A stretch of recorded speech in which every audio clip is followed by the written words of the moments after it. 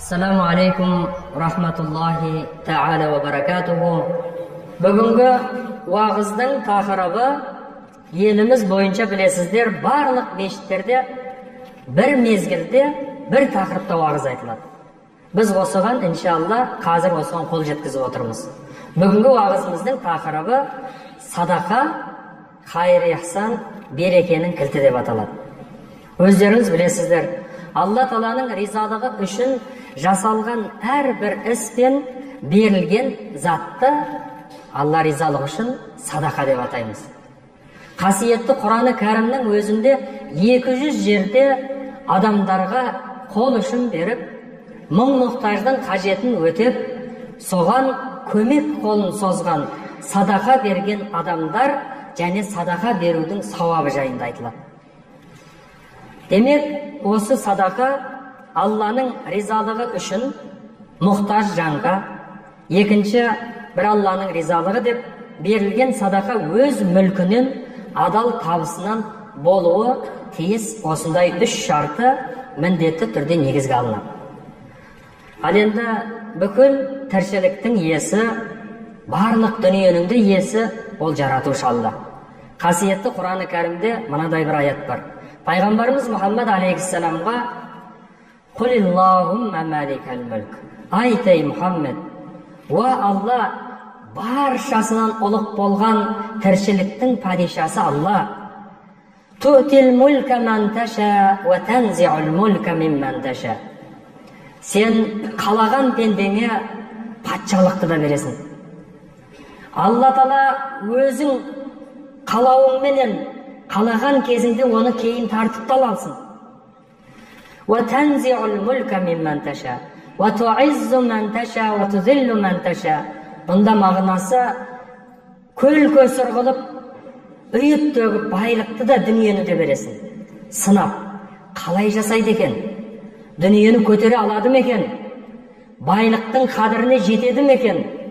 Несібе де, дүние де, Алланың берген дәулеті де, әуметі де бұл сынақ екендігін білелі ме екен деп берген дүниені қалаған кезінде оны кейін қайтарып таласын дейді. Биядикал хайр, барлығынан сенің құдіретіңде. Иннака аля күлли шейін қадир.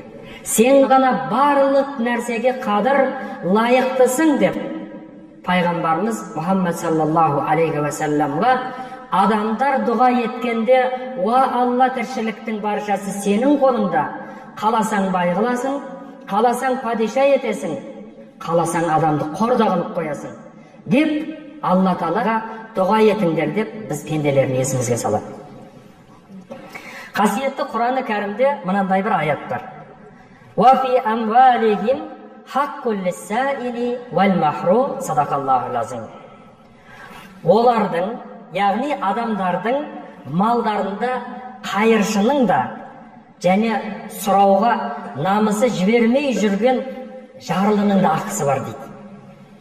Дәулетті болған адамның дүние мүлкінде тек қана сіздің хаққыңыз емес, Алла Таала сынап берген дәулетте басқа да жарлының да, қайыршының да ашық түрде қайыр сұрап атқандардың да, және сол қайыр сұрауға бір намысы жібермей үйде кішкене кедейлік, жоқтық болып жатса да намысы жібермей жүрген адамдардың да хаққысы бар дейді қасиетті Құранда. Қадірлі бауырлар, демек садақа пайғамбарымыз хадисінде айтады, жамандықты пәлекеттің бетін қайтарады дейді. Садақа сөзі бұл шынайы адамның шын көңілден, шын жүректен атқарылатын ерікті амал. Міндеттерін қойылған емес, бірақ адам еркіменен жасағандықтан, өзінің қалауыменен, өзінің дүниесінен, мүлкінен хайр-ихсан қылып, адамдарға қол ұшын бергендіктен аталуының негізгі мағынасы сол садақа деп аталады. Садақа деген арабтың тілінде мина садақа, шын көңілден, шынайы ниеттен деген сөз. Ал енді пайғамбарымыз саллаллаху алейхи ва саллам сахабаларына және кейінгі үмметке үлкен өнеге қалдырды. Сіздер садақа беріңіздер, хайр-ихсан жасаңыздар. Адамдардың сүйіспеншілігіне жетудің жолы сол. Сондықтан да ислам дінінің әділеттігі мен туралығы пайғамбарымыз заманына дейін бай болған адам, жарлы болған адамның ісіменен, күнделікті тіршілігіменен шаруасы болған емес. Ислам келді, теңдікті алып келді. Дәулетті адам мұқтаж болған адамдарға қол ұшын берсін, кішкене қоғам сәл кеңесе бастасын. Ашығып жүрген адам болмасын, оның да несібесі бар, сізге берілген дәулетте хаққысы бар деді. Пайғамбарымыз алейхиссалам құлдықты жойды. Өйткені құл болу тек қана жаратушы Алла Тағалаға. Адамдардың басы байды оның еркі мен тағдырына иелік етуге адамның ешқандай да құқысы жоқ екендігін жеткізді. Сондықтан да дінімізде пайғамбарымыз саллаллаху алейхи ва саллям айтады, садақа Алла Тағаланың ашуын қайтарады депті. Абу Хурайра радиаллаху анхудан риваят қылған хадисте қала Расулуллахи саллаллаху алейхи ва саллям ас-садақату тутфиу ғадабар рабби ва тадфау майтатас-суи ахражаху Тирмизи. Садақа Раббыңның ашуын басады және жаман өлімді қайтарады дейді. Біз тағдырға иман келтірген пенделерміз. Тағдыр сонау маңдайымызға жазылған дүние Алланың қалауымен болатындығына біз күмәнсіз иман келтірген пенделерміз. Бірақ пайғамбарымыз алейхиссалам айтады, кей сәттерде адамның тағдыры да жақсы жағына қарай өзгеруіне адам өз себепкер бола алады дейді. Өйткені сізге бір болайын деп тұрған бір пәлекеттің алдын алып, садақаны сауымды халқымызда айтқандай беріп жатсаңыз, сол пәлекеттің бетін қайтарып тұрады. Және пайғамбарымыз алейхиссалату вассалам хадисінде айтады, сіздер садақа берсеңіздер, ағайын туыстарыңызға қол ұшын берсеңіздер, солармен жақсы болсаңыздар, Алла Тағала өмірлеріңізді ұзартады дейді. Сіз садақаңыз арқылы, шынайы ерікті амалыңыздың арқасында, ағайын туысыңыздың арқасында бір сүйіспеншілікке кенелесіз. Сонымен сізге Алла Тағала тағы да бір бұйырған, маңдайыңызға жазылған несібелі өмір болса, өміріңіздің де ұзартылуына сол сіздің жасаған қайырыңыз бен садақаңыз себеп болады дейді. Анас ибн Малик былай деп жеткізеді, пайғамбарымыз саллаллаху алейхи ва саллям, Алла Тағала жерді жаратқан соң, жер қатты сілкіне бастады дейді. Осыдан кейін таулармен оны бері кетті. Жер қимылдамады. Сонда періштелер, уа жаратушы Алла Тағала, Раббымыз, таулардан да күшті бір зат бар ма өзі деп сұрады. Сонда Алла субханаху ва тағала таулардан күшті етіп темірді жараттым депті. Ал енді темірден де күшті нәрсе бар ма деп сұрағанда, темірді де қайнатып идіретін отты жараттым. Оттан да күшті нәрсе бар ма деп сұрағанда, отты да, сол қызып тұрған шоқты да өшіретін суды жараттым деп. Ал енді сол суды да өз еркіне қарай бұрып ағыза кететін онан да күшті желді жараттым.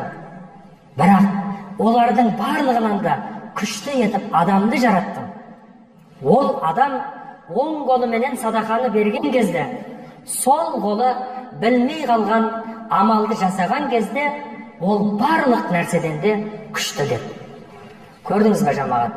Демек, адамның шын жан дүниесінен, шынайы көңіліменен жасаған садақаның мөлшері мен өлшемі маңызды емес, оның шынайы болуы маңызды.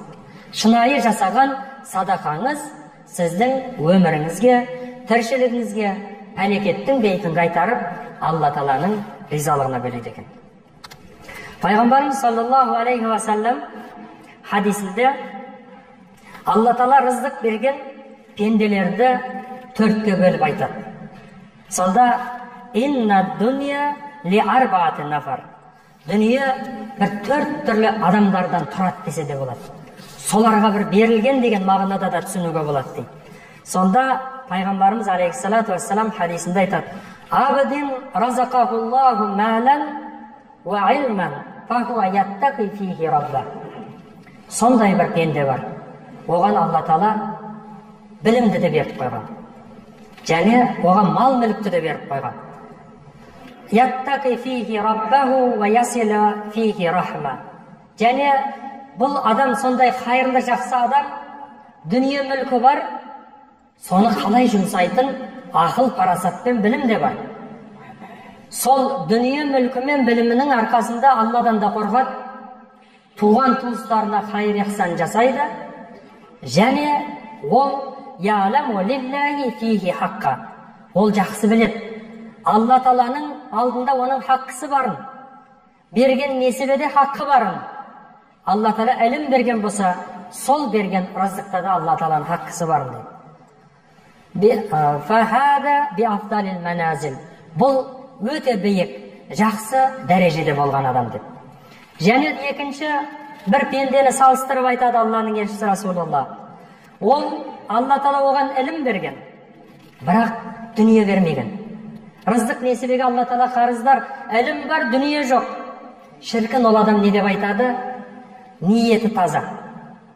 Егер маған Алла Тағала дүние бергенде, дәулет бергенде, мына ілімімменен бір тиынын да исрап қылмастан, лайықты орнына жұмсап, қадірін білер едім деп айтады. Сонда пайғамбарымыз алейхиссалату вассалам, фаажрухума сауа, бұл екеуінің де сауабы, яғни бірдей. Бірінші адамда ілім мен дәулет болды, Алла Тағала сынап берді, дұрыс орнына жұмсап. Екінші адамда білім бар, бірақ дәулет жоқ, ниеті таза болғандықтан екеуі де бір тең дәрежедегі сауапқа ие адамдар. Үшінші таптағы адамды пайғамбарымыз түсіндіреді. Алла Тағала оған дәулетті беріп қойған, бірақ өкінішке орай оған ілім бермеген. Ал енді бұл адам фахуа яхбиту фи малихи биғайри илм. Алла Тағала берген дәулетті, оны көл-көсір дүниені ысырап жасап, бекерге құрдымға кетіріп зая етеді.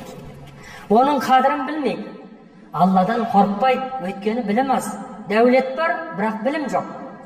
Ол ағайын туыспен бөлісейін, жұртқа қол ұшын берейін демейді, өйткені ода білім жоқ, бірақ дәулет бар. Сондықтан да Алла субханаху ва тағала бұны келесі санаттағы күнәлі болған дәрежедегі адамдар қатарына жатқызады.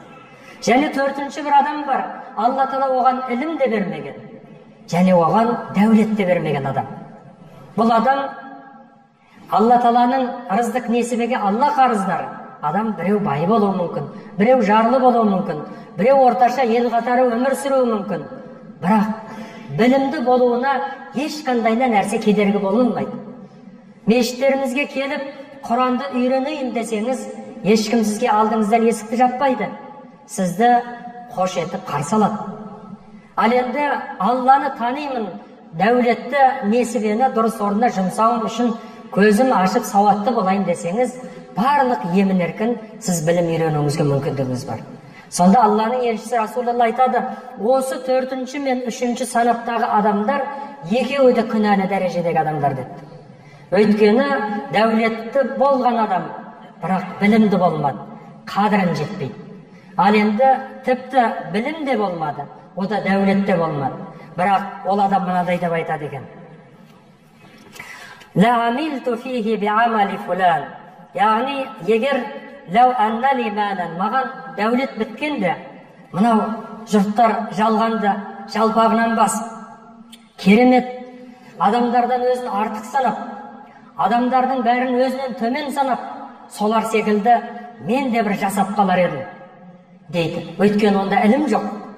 Кішіпейілдік болуға, тәкаппарлық болу күнә екендігіне, және адамдардың арасында Алланың барша құлы тарақтың жүзі секілді тең екендігіне білетін білім болмағандықтан, бұл адамда осындай ниетті дейді. Сондықтан құрметті жамағат, міне пайғамбарымыз алейхиссалату вассаламның хадисі, және исламның тура ізгіліктің жолы, сізге сынап берген дәулетті, сізге берілген Алла Тағаланың неғметтің баршасында басқа да адамдардың осында хаққысы барын үнемі жадымыздан шығармауымыз керек екен. Біздің қоғамымыз жақсы қоғам. Аллаға шүкір, мамыражай өмір сүріп жатырмыз. Аллаға шүкір, бүгінгі таңдағы біздің байларымызда да, дәулетті адамдарымызда қайыр болып жатыр. Берекет бар, қол ұшын беріп жатыр. Мешіттер салады, қоғамға қандай да бір қажетті болған ортада қол ұшын беріп көмектесіп жатады. Біз осыны үнемі жақсылыққа үндеп отыруымыз керек. Біздің қоғамымыздағы өзара бірлігіміз, ынтымағымыз осы тыныштығымыздың берекетін, қадірін жақсы білуіміз керек, құрметті жамағат. Елбасымыздың көптеген бастамалары да осы халқымызды өзің өзгеріңдер айналайын, және өздеріңізден бастаңыздар деп үлкен халқымызға, елімізге үндеу тастап отыр. Қасиетті Құранда мынадай аят бар: «Инналлаха ла юғаййир ма би қаумин хатта юғаййир ма би анфусикум». Алла Тағала сендерді өздерің өзгермейінше айнала төңірегіңізді өзгертпейді деген аят бар. Өзіңіз өзгермесеңіз, жанұяңыз өзгермейді. Айнала төңірегіңіз, сіз араласып отырған қоршаған орта өзгермейді. Сондықтан бірінші жауапкершілікті адам өзінің өзгеруінен бастау керек екен. Сонда барып осы қоғамға мен не беремін? Қоғам маған емес. Осы елге, халыққа мен не беремін? Біреулерді жазғырып, біреудің тіршілігін, біреудің қандай да бір болып жатқан нәрселеріне әртүрлі пендешілікпен қараудың орнына Алла Тағала рызық бергендерге Алланың жақсылығы мен қайыр берекетін тілеуіміз керек екен. Бүгінгі жұма баршаңызға мүбәрәк болсын. Уақытымыз да жақындап қалды. Алла разы болсын, құрметті жамағат. Алла Тағала елімізге, жұртымызға Алла амандық берсін. Халқымызға Алла Тағала бірлік берсін, ынтымақ берсін. Алла Тағала жамағатымыздың бірлігін берсін. Біздің халқымызда бүгін ғана мұсылман болған ел емеспіз. Біз сонау 12 ғасырдан бері саналы түрде ислам дінін мейірімділікпен, өзара бірліктің, ынтымақтың арқасында адамдардың арасында сондай теңдікті қалыптастырған дінімізді жан дүниемен қабылдаған халықпыз. Алла Тағала осы хақ дінімізді Алла қуат берсін. Жастарымызға адаспайтын иман берсін, инсап тауфиқ берсін. Қарияларымызға Алла Тағала күш қайрат берсін. Елімізге, жұртымызға Алла амандық берсін. Елбасымызға Алла Тағала қуат берсін. Жақсы істеріне Алла тауфиқ болсын иншалла. Иншалла осы жамағатымыздың құлшылығын, сауабын Алла екі дүниенің хайыры, берекетін Алла нәсіп еткен болсын. Ва ахири давана анилхамдулиллахи раббил аламин. Бирахматика я архамар рахимин. Аллаху акбар.